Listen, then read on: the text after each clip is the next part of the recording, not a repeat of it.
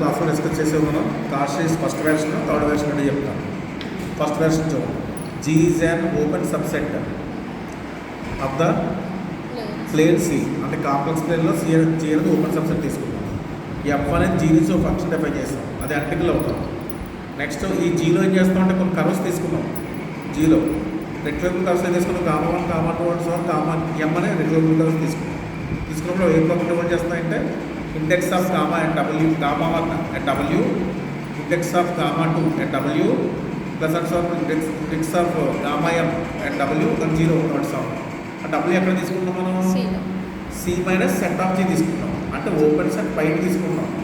అంటే W అనేది W కానీ ఒమేగా అనేది ఎక్కడ ఉంది, Gకి Cకి మధ్యలో ఉంది. అంటే ఇక్కడ లేదు.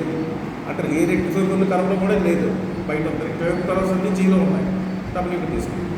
మనం ఏం చెప్పాలి, దీని నుంచి ఇలాగ ఇండెక్స్ 0 అవుతున్నప్పుడు సమ్ ఆఫ్ ద ఇంటిగ్రల్ కూడా 0 అవుతుంది చెప్పాలి. ఇది ఎజ్యూమ్ చేసుకోవాలి, ఇండెక్స్ 0ని సమ్ ఆఫ్ ద ఇంటిగ్రల్ 0 అవుతుంది చెప్పాలి. బట్ ఫస్ట్ రాసాం ఎజ్యూమ్ దట్ ఇండెక్స్ 0. మనం ఏం ప్రూవ్ చేయాలి, సమ్ ఆఫ్ ద ఇంటిగ్రల్ 0 చెప్పాలి. W ఎక్కడ తీసుకుంటాం మనం, C minus set of G తీసుకుంటాం. W అనేది 0 లేదు, 0 ఎప్పుడైతే లేదో W అనేది గామా 1 ఉండదు, గామా 2 ఉండదు, గామా 0 ఉండదు. కాబట్టి మనం ఇండెక్స్ డిఫైన్ చేయొచ్చు. Wకి గామా 1 దగ్గర, గామా 2 దగ్గర, గామా ఇండెక్స్ డిఫైన్ చేయొచ్చు. But index of W at gamma 1, index of W index of W at gamma 2 అని డిఫైన్ చేస్తాం. అంటే ఇక్కడ రాస్తాం గామా M రాసినంత మనం ఇప్పుడు ఫంక్షన్ డిఫైన్ చేయండి. ఎందుకంటే W దగ్గర డిఫైన్ అవుతుంది, W బయట ఉంది. బట్ మొత్తం అంతా డిఫైన్ అయితే ఒక ఫంక్షన్ తీసుకున్నాం. G of Z define as Z minus W కి F of Z. అంటే రెండు సిమిలారిటీగా చేశాను. అప్పుడు లిమిట్ కట్టాం, Z tends to 0, G of Z calculate చేస్తే ఇప్పుడు Z tends to W, Z minus W F of Z W. అంటే W అనేది 0 వచ్చింది. అంటే Z tends to W, G of Z అనేది 0 అయింది. అంటే W దగ్గర కూడా మనకి F అనేది W దగ్గర డిఫైన్ అవ్వట్లేదు, కానీ G అవుతుంది మనకి W దగ్గర కూడా డిఫైన్ అవుతుంది. అంటే కదా అడ్రస్ కదా W దగ్గర డిఫైన్ అవుతుంది. therefore third place for W belongs G minus W. అప్పుడు మనకి ఎప్పుడైతే డిఫైన్ అయిందో index of gamma at W not equal 0 for all I.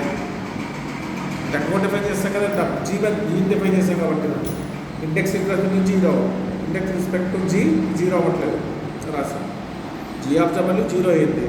For W belongs G minus set of 0 బయట తీసుకున్నారు, G బయట. therefore now W is a 0 of the function G. 0 అయింది కదా. Third place G is analytical at gamma 1 gamma 2 and so gamma k కూడా by కార్షీ first integral formula ప్రకారం ప్రతి gamma 1 దగ్గర, gamma 2 దగ్గర, గామా దగ్గర మనం G డిఫైన్ చేయొచ్చు. అలాగా ఇట్లా gamma I G of Z by Z minus W dW is equal to 2πi into index of gamma I W into G of W రాస్తాం.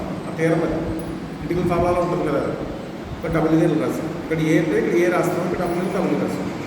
ఇప్పుడు కానీ G of W ఎంత ఉంది మనకి 0. కాబట్టి ఈ వాల్యూ 0 అయిపోతుంది. అంటే మొత్తం మనకి integral gamma I G of Z by Z minus W dZ equal 0 వచ్చింది. For I equal 1, 2 and so on ఎంత వరకు అంతే కదా. G of W డెఫినేషన్ రాసాయి, G of Z definition Z minus W అంటే F of Z అని రాస్తాం. అప్పుడు ఈ F Z minus W cancel అయిపోయింది.